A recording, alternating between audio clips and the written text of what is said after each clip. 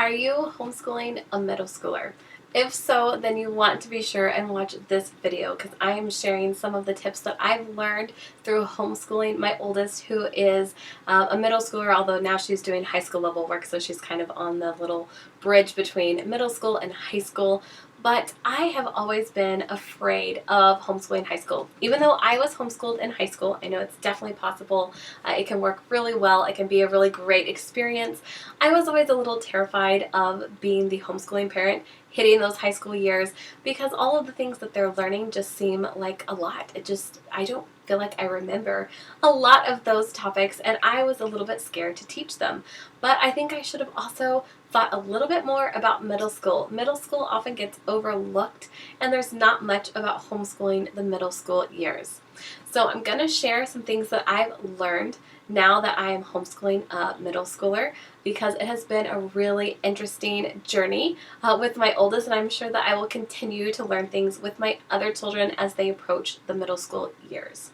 So homeschooling in middle school, it can be really challenging. It can be really tricky. There's a lot of attitude, a lot of moodiness. It is just, they're learning more challenging things. It's harder for you to teach because you might not remember all of those things. The topics that they're learning are more interesting, but they take more time. So you're trying to balance their extracurricular activities, their school time, and also dealing with all of the hormonal changes and all of the mood changes. It's just, there's a lot going on in those years. So here is what I have learned about homeschooling the middle school years so far. It can be a great experience. You just need to keep a few things in mind. You really need to focus more on character training in the middle school years. Your child is going through so many rapid changes that sometimes academic learning might take a back seat. Their brains just kind of fall out at times. And my middle schooler is sometimes the most irrational person in the house. She can really, she takes the cake. I still have a toddler and a preschooler, but yet my middle schooler is often the most irrational person in my house. So really take the time to focus on character.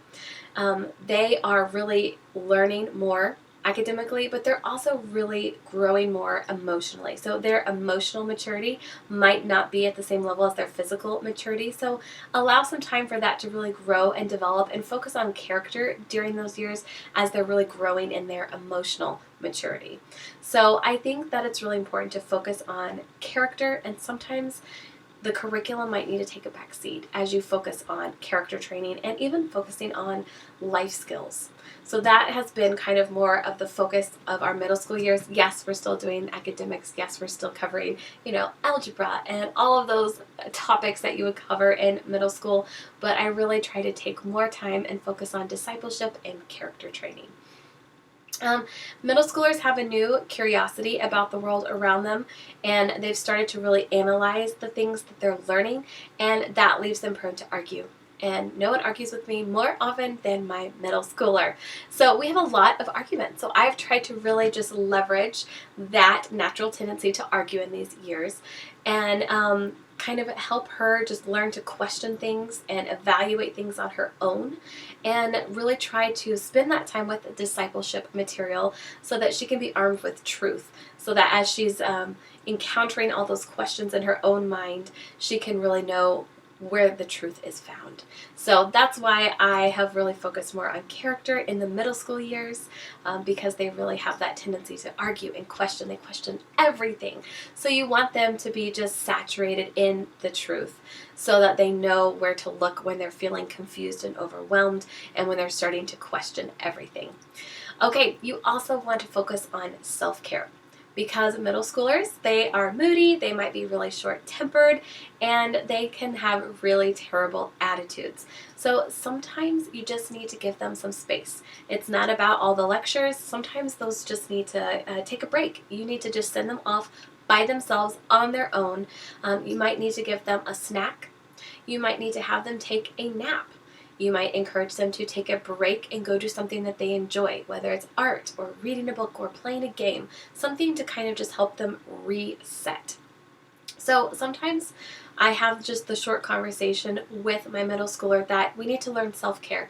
When you are feeling overwhelmed and angry and upset, then you need to do something to remedy that. You need to think, is it because I'm hungry? Is it because I'm tired or overwhelmed? Or what is causing this attitude and all these emotions, and how can I deal with it? It's really important that they start to learn to evaluate their own moods and their own emotions and kind of see what is the root cause of all of this. So at times when my middle schooler is not melting down, we have those conversations of, when you're feeling overwhelmed, take a break, get a snack, take a nap, go read a book, go do something you enjoy, and then kind of allow yourself some time just to reset, refocus, and then try again. And so it's been really important for me to teach that aspect of self-care. People do not naturally just understand self-care, especially middle schoolers. They don't realize, oh, actually, I'm having a meltdown because I'm starving. If I would just go eat something and give myself a minute, I could kind of pull myself back together. So that is something that you'll need to remember. They just don't have the emotional maturity to really analyze how they're feeling and what they should do about it. So it just comes out as big explosions or emotional meltdowns, and often they can be remedied with some really simple things. My middle schooler takes naps now sometimes, and they've been amazing for just helping reset, because with all the changes and the growth that's going on in those years, they're exhausted, and sometimes they just need some more sleep. And over time, as you continue to teach them about self-care, they will start to learn to recognize their limitations and know when they need to just stop, step back, and do something else before they re-engage. You need to also have a more flexible schedule. So middle schoolers, because they're really questioning things, analyzing things, they want to talk through things, you need to have just some kind of flex time in your homeschool day for when they come to you with questions. My middle schooler is working more independently on a lot of her subjects, but that doesn't mean that she doesn't need me for things.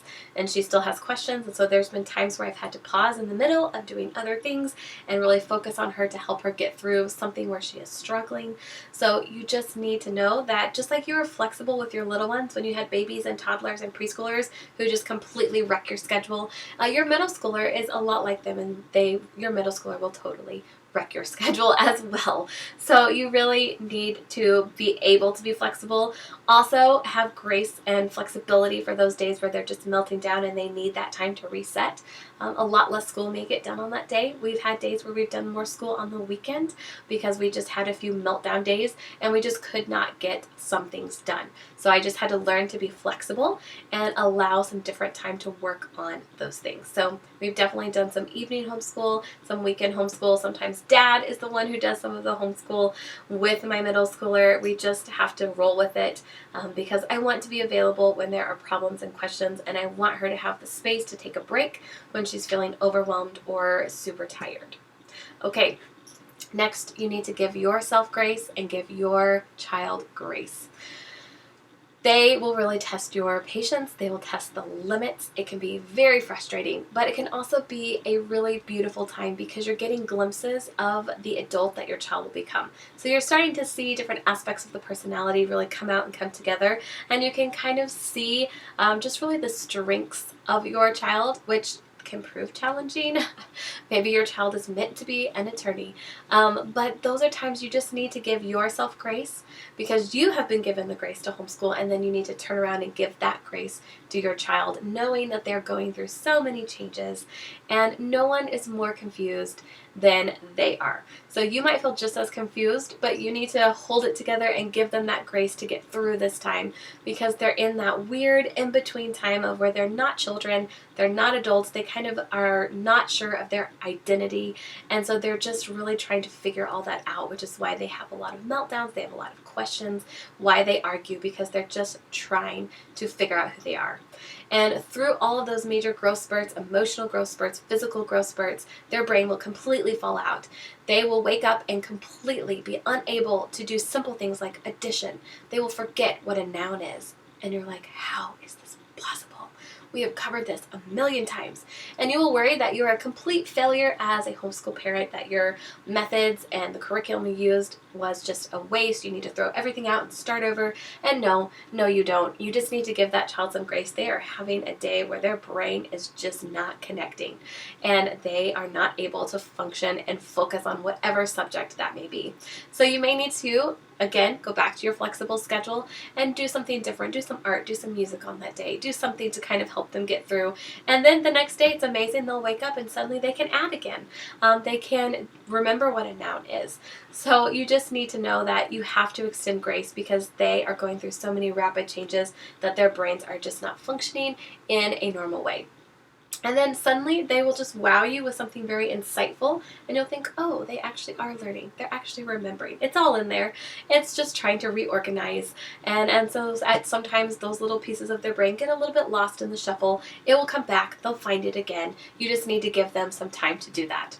So if you are homeschooling a middle schooler, welcome to the club. It is really difficult. It is really challenging, but it has been a really fun journey. It's been really exciting to see my children as they start to progress toward adulthood. They start to really develop their own interests, their own personalities. It's been a really fun process. But it is definitely challenging, so you want to be prepared and definitely implement these tips. They will really help you with your middle schooler. Okay, be sure to like and subscribe below. I try to post videos each week where I share more homeschooling tips and just some insights that I've learned through our homeschool years.